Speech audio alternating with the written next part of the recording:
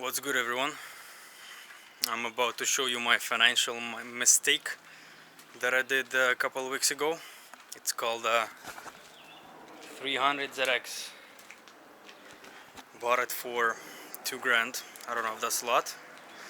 I think it's a bit a lot looking at the state that it is right now. It runs but misfires. It was basically stalling. It was stalling somewhat. The RPMs were going up and down between 100 RPM and 1000. So basically,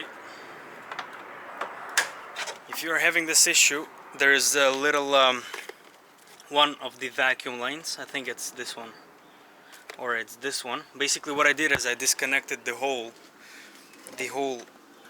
air intake system, and it stopped stalling on me.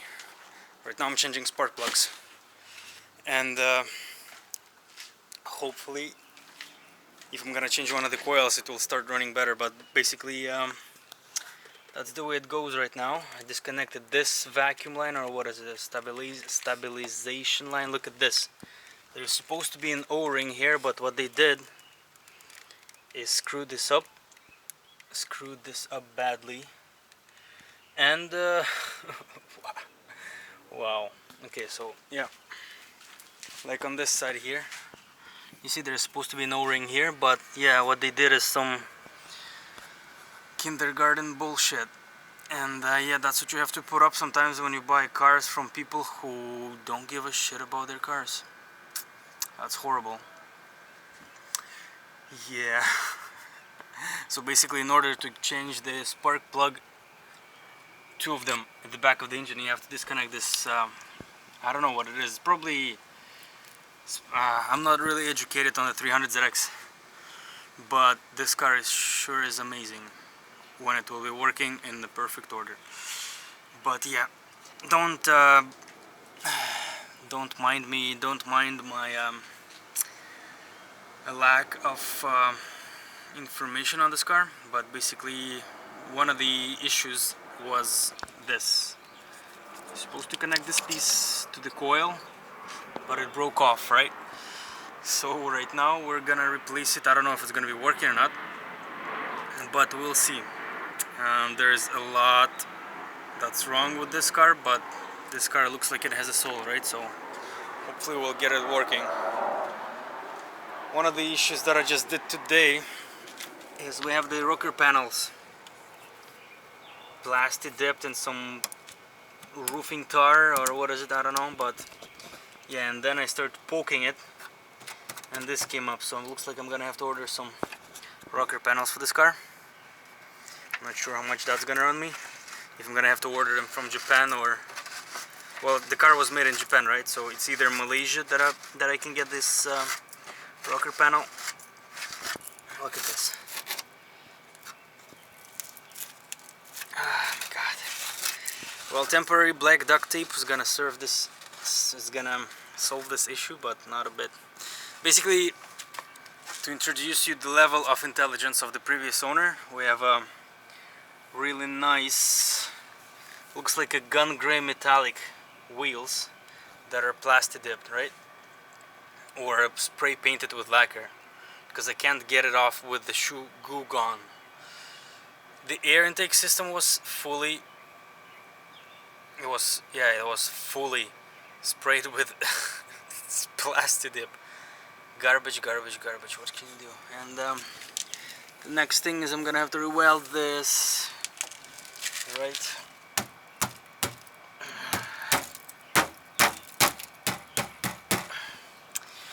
Yep, it's a 1990 non-turbo, and it's a 4-seater. The car sure is nice, and basically for the past 3 years in Toronto and Ottawa, I have seen 3 of them just on the street, only 3. They are as rare as Toyota Chaser or Toyota Mark II here. I'm not sure why, because people are fed up with the stories that this car is really horrible. I'm not sure, but look at this. cockpit is really nice, eh?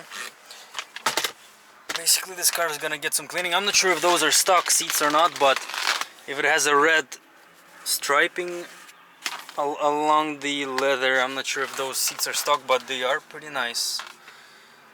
The Targa top, hopefully I'm gonna get this car running soon. But yeah, anyways, just a quick introduction to my financial mistake that I did a couple of weeks ago. This is my Focus. It's in better running condition than the 300, but 300 is a car for the soul, because I don't know, the quality of the build of this car is an amazing. I think it's an amazing car. A little prehistory about the car. You know that it was a Fire Lady, Z31, Z30, Z29, whatever. And what was going on in Japan at that time is Nissan was trying to make the most technological engine in the world, and they did that, and they put it into that Fire Lady, the VG30 Det. That's the most complicated, the most technological engine in the year 1989. And basically my theory on that car is, which I think is, that's what's been going on behind the curtains in Nissan. They've made that accomplishment, and then they started doing the Maxima, the Infiniti, right? That's where they did the VQ engines and stuff, the front-wheel drive stuff. Nissan Tiana in Europe. But Nissan didn't stop on that. They had the next goal to make the most complicated, the most technological engine, the most insane engine for the next car. And that's these were the times when the 300ZX finished its factory production. I think it was the last one for Europe. It was 2006, and that's when the 300ZX rolled off the conveyor belt and it stopped. And that's when the Nissan Skyline, I think, also stopped production. The Skyline GTR and the RB26 line. And basically after that, the Nissan took it to the next level. They eliminated the Skyline. They have eliminated, I think they have eliminated, no, they didn't. Okay, sorry. Basically, they have collided, like, just one point. Look at the car. Would you rather be, I don't know how to say that, but basically, if you compare that to the GTR, the Nissan GTR, what looks more alike to the GTR? Does the R34 Skyline look alike with the GTR?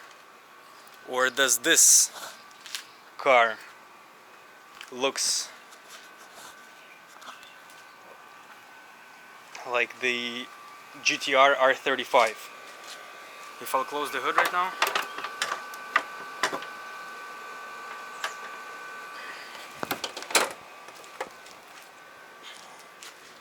I don't have an R35 to put aside so you can compare, and the R34 that you can compare, but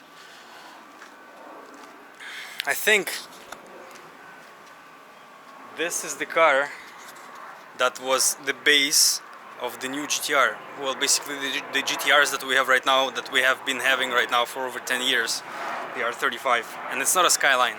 So basically everything that was developed on the Fire Lady, everything that was done for the Fire Lady has been used for the R35 GTR, because even the design and everything, even the maneuverability, the handling, it's more alike with the R35 GTR than the R34 GTR, which is sort of been a historical car, and looks like the Nissans have shifted from the R34 to R35 using the base of the Fire Lady.